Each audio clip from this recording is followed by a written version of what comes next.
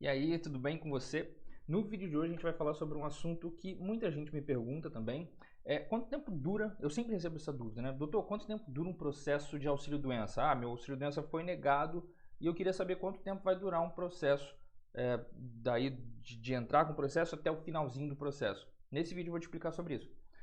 Antes da gente começar, eu queria te pedir para que você se inscrevesse no canal. Então não deixa de se inscrever no canal. Me diz aí se você está com problema de auxílio-doença, comenta aqui, bota aqui nos comentários se você teve auxílio-doença negado, como é que está a situação, para a gente poder se ajudando, tá bom? Então vamos lá. Quanto tempo dura um processo de auxílio-doença? E aqui eu estou falando quanto tempo dura um processo de auxílio-doença na justiça, tá bom? Vamos lá. Eu separei o processo aqui por fases para que você possa entender com mais facilidade, certo? Vamos lá.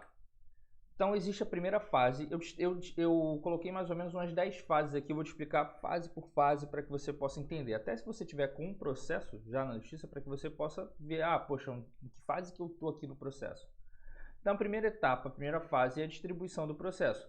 Nessa fase é onde o advogado pega todas as provas do processo, ele pega seu documento, pega seus laudos, seus exames, pede para que você, poxa, está faltando esse documento aqui, pega um laudo, pega um documento X, um documento Y. Então é nessa fase que ele pega toda a documentação, junta toda a documentação para que você possa, para que ele possa distribuir.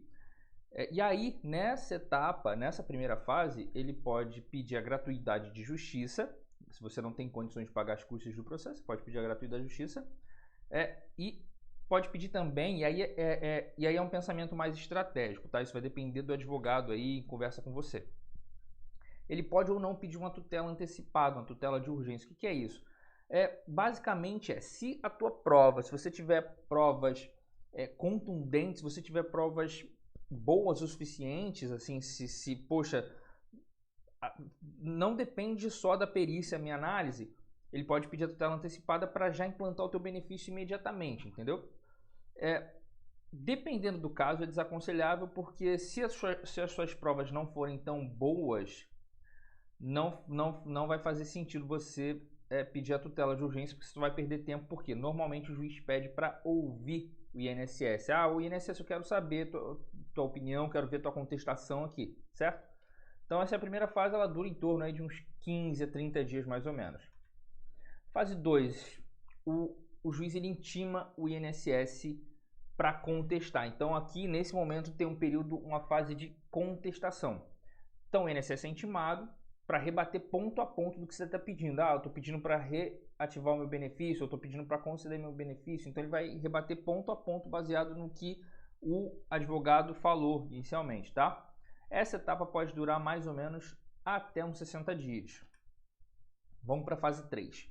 Fase 3, essa fase não é obrigatória, ela é opcional na verdade. É a réplica à contestação. Basicamente, não tem aquela ideia, olha, você vai falar, você tem uma réplica, a gente vê muito em política, né? Você vê a réplica, agora você tem a tréplica. Então, nesse caso aqui, você tem a réplica. Então, o advogado ele vai rebater ponto a ponto que está na contestação. Então, o INSS falou, está errado aqui, está errado aqui, está errado aqui. O advogado ele vai poder falar assim, olha, não está. Então, com base no que eu vou falar aqui para você, está errado aqui, está errado aqui, está errado aqui. Então, o advogado ele pode rebater o que está na contestação.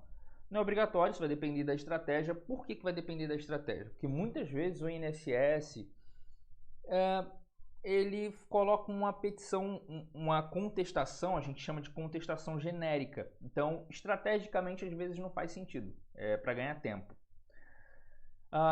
Essa fase ela dura em torno de 20 a 30 dias mais ou menos. Então, pode ser que ela não dure nada, porque aí você não vai precisar fazer, dependendo da situação, tá bom? Fase 4, realização de perícia médica.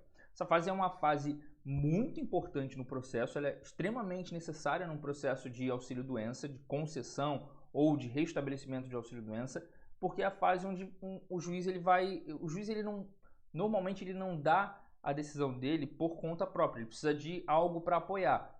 E aí ele vai se apoiar nas provas médicas que você tem ali, os exames que você juntou ao processo, e também vai se apoiar na voz de um especialista para poder dizer, olha, não, realmente está incapacitado. Então, nessa fase é agendada uma perícia médica, normalmente é agendada uma perícia médica para a especialidade que você tem. Se você está com problema neurológico, vai ser o neurologista. Se você está com problema na coluna, ortopedista, enfim. Se bem que às vezes em situações de coluna cervical, às vezes é um neurologista que faz, mas não é o assunto desse vídeo. Essa etapa ela pode durar mais ou menos uns 5 meses, então ela pode durar até 5 meses para acontecer. Fase 5. Isso aqui é raro acontecer, não vou dizer que é raro, né, mas não costuma acontecer, digamos assim. Essa fase é a impugnação do laudo. Depois que o médico faz a perícia, que o médico perito ele faz a perícia médica, o juiz, o perito, ele apresenta o laudo no processo e o juiz fala assim, olha, advogado, INSS, dá uma olhada no laudo aí para ver se está tudo certinho. Basicamente é isso que ele fala, tá? E aí você vai analisar o laudo, o advogado vai analisar o laudo e ver se está tudo certo. Se, olha, o perito ele não respondeu aqui umas informações. Deixa eu voltar aqui uma fase. Essa fase aqui na realização de perícia, tem uma fase no meio aqui que é quesitos. Então o juiz ele vai abrir um prazo. Olha, a perícia está marcada para o dia tal. E aí a gente, advogado, o INSS, a gente junta os quesitos. O que é quesitos? São perguntas que a gente faz para o perito. Perito, quando que começou o problema de saúde dele? E esse problema de saúde dele interfere diretamente no trabalho dele? E se interfere no trabalho dele, essa incapacidade para o trabalho, ela é temporária, ela é permanente, como é que é? Então a gente faz algumas perguntas. Bem, então se, por exemplo, o perito esquecer de responder algumas perguntas que a gente fez, a gente pode impugnar o laudo. Ela fala, tá errado aqui que você não respondeu algumas perguntas. O juiz vai intimar o perito para o perito falar, tá respondido aqui. Essa fase dura mais ou menos uns 30 dias, tá? Não é comum acontecer, mas pode durar mais ou menos até uns 30 dias aí. Então a gente vai para a fase 6, conclusão. Eu já disse em outros vídeos que conclusão basicamente é como se o processo estivesse indo para a mesa do juiz, para ser julgado. Então o juiz ele vai analisar todas as provas produzidas e ele vai proferir uma sentença. Essa etapa, infelizmente, não tem um prazo específico para acontecer. Então, olha, vou te dar a sentença em 30 dias. Não tem, porque o juiz ele não tem um prazo determinado para fazer isso. Mas a gente estima aqui no escritório, com base nos casos que a gente tem no escritório, a gente estima que isso pode acontecer de 3 a 6 meses, mais ou menos. Então, bota aí numa média de uns 4, 5 meses para acontecer uma sentença. Fase 7. Nessa etapa aqui, a gente precisa dividir algumas coisas. Então, a gente vai dividir aqui se a ação foi procedente, então o juiz deu o ganho de causa para você, ou se o juiz não deu o ganho de causa para você. Então, a gente vai subdividir essa questão. Se a ação for procedente, ou seja, se você tiver o ganho de causa, aí pode existir duas coisas, né? A primeira é uma determinação para que o INSS implante o benefício e para que ele pague os atrasados aí que ficaram para trás. Ou que sejam pagos somente os atrasados, se de repente você teve um período aí de auxílio-doença que já acabou, por exemplo, que foi implantado lá atrás, enfim. Para a implantação de benefício, o prazo normalmente aí acontece uns 30 dias. Então o prazo é mais ou menos de uns 30 dias para o INSS implantar o seu benefício.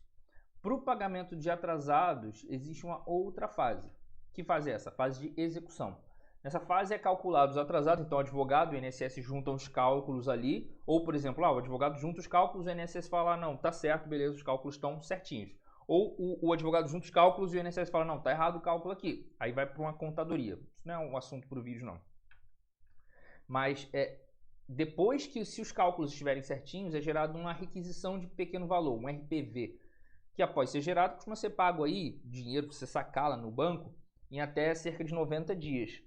Uma observação importante, eu estou falando dessas fases aqui, e essas fases representam processos que estão na Justiça, no Juizado Especial Federal. É como se fosse um juizado de pequenas causas, só que na Justiça Federal, tá? É onde esses processos costumam acontecer com mais frequência, porque eles não passam aí de 60 salários mínimos. Basicamente, são processos de um valor montante um pouco menor, então eles não vão para uma vara federal, por exemplo, tá? Depois dessa etapa, você recebeu o dinheiro, tá tudo certo, a última etapa é a última etapa do processo, consiste em arquivar. Então ele vai ser arquivado aí em definitivo, vai gerar o que a gente chama de coisa julgada e pronto, acabou o processo.